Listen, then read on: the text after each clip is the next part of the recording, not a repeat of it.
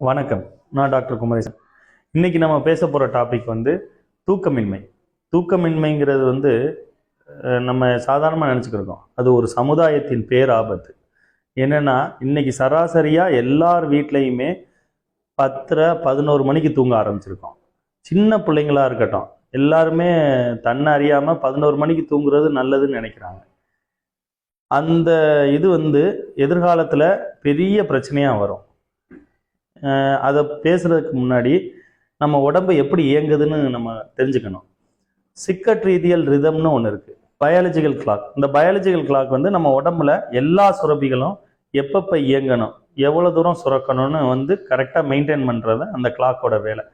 அந்த கிளாக் நம்ம முன்னோர்கள் கரெக்டாக மெயின்டைன் பண்ணியிருந்தாங்க. நம்ம முன்னோர்கள் வாழ்க்கை எப்படி இருந்துச்சுன்னா, கரெக்டாக அந்தி சாஞ்சா தூங்குவாங்க, 6 மணிக்கு தூங்குவாங்க, காலையில் 4 மணிக்கு எந்திரிப்பாங்க, கரெக்டாக நேரத்துக்கு சாப்பிடுவாங்க, 7 மணி, மத்தியானம் 12 மணி, காலையில் 6 மணிக்கு நைட்டு 6 மணிக்கு சாப்பிடுவாங்க, மறுபடியும் கரெக்டாக தூங்க போவாங்க. 365 நாளும் ஒரே மாதிரியான வாழ்க்கை முறை இருந்துச்சு. ஃபிக்ஸட் லைஃப் ஸ்டைல்னு சொல்லுவாங்க.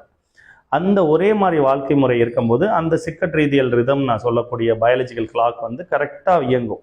அப்போ 3000 நம்ம உடம்புல இருக்க எல்லா சுரபிகளுமே ஒரே மாதிரி இயங்கும். அப்படி இயங்கும் போது நம்மளுக்கு எந்த ஒரு நோயும் வராது. ஆனால் இப்போ இந்த ஜென்ரேஷன் மட்டும் நம்ம எந்த டயத்துக்கு சாப்பிட்றோம், எந்த டயத்துக்கு தூங்குறோம்னே நம்மளுக்கு தெரியல. அதில் கொரோனாவுக்கு அப்புறம் எல்லாருக்குமே விழிப்புணர்வு சாப்பாட்டுலையும் உடற்பயிற்சியிலையும் வந்துச்சு தவிர தூக்கத்தில் ரொம்ப எல்லாருக்குமே தெரியல. நான் இன்னைக்குள்ள ஒரு பேஷண்ட் பார்த்தேன். அவங்க ஒரு பையன், அவங்க அம்மா கூட்டிகிட்டு வந்தாங்க. பையனுக்கு கழுத்து வலி, தலைவலி இருக்குன்னு. அது 2-3 ஹாஸ்பிட்டல் போனேன், தலைவலியும் கழுத்து வலியும் விடலைங்க. நான் சும்மா கேட்டேன், எத்தனை மணிக்குமா தூங்க வைக்கிறீங்கன்னு. சார் 12th சார், அதனால நைட்டு ஒரு 11 மணி வரைக்கும் படிச்சுட்டு தான் தூங்குறேன் அப்படின்னு. அப்போ நான் சொன்னேன், அம்மா நீங்கள் 9 மணிக்கு தூங்க வைக்கணும்.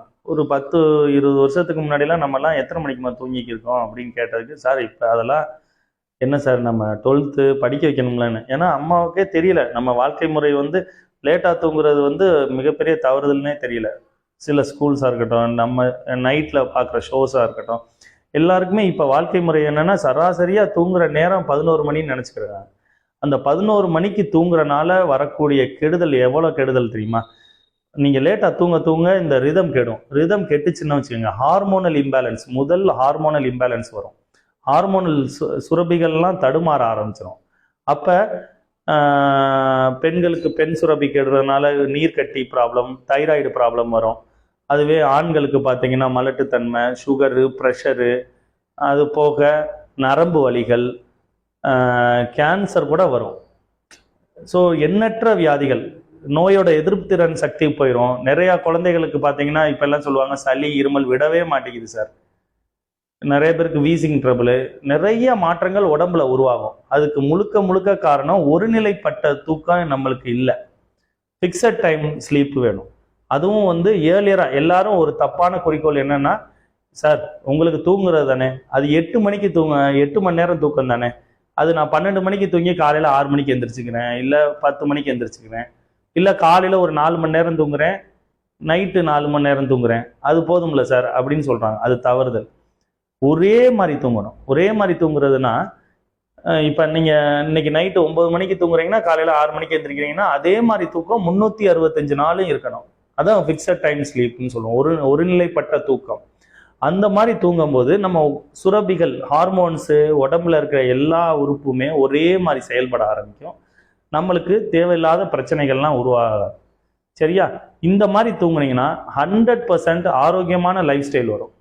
இப்போ எல்லாருக்குமே சாப்பாடோ உடற்பயிற்சியோ விழிப்புணர்வு நல்லா தெரியுது, ஆனால் தூக்கத்தை பற்றி பெருசாக எதுவுமே பேச மாட்டேங்கிறாங்க.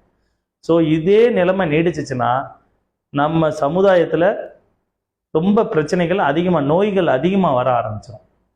ஸோ நான் விரும்பி கேட்டுக்கொள்கிறது எல்லாருக்குமே தான், சின்ன குழந்தையிலேருந்து பெரியவங்களை வரைக்கும் ஒரே மாதிரி நம்ம முன்னோர்கள் எப்படி வாழ்ந்தாங்களோ ஒரே மாதிரி ஒரு தூக்கம். அவங்க அந்தி சாஞ்சாலே தூங்குவாங்க 6 மணிக்கு. நான் அந்த இதெல்லாம் கேட்கல. 9 to 6 தூங்குங்க.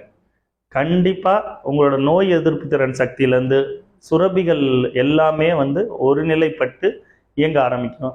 நலமோடு வாழ்வதற்கு நல்ல தூக்கம் தேவை. நன்றி.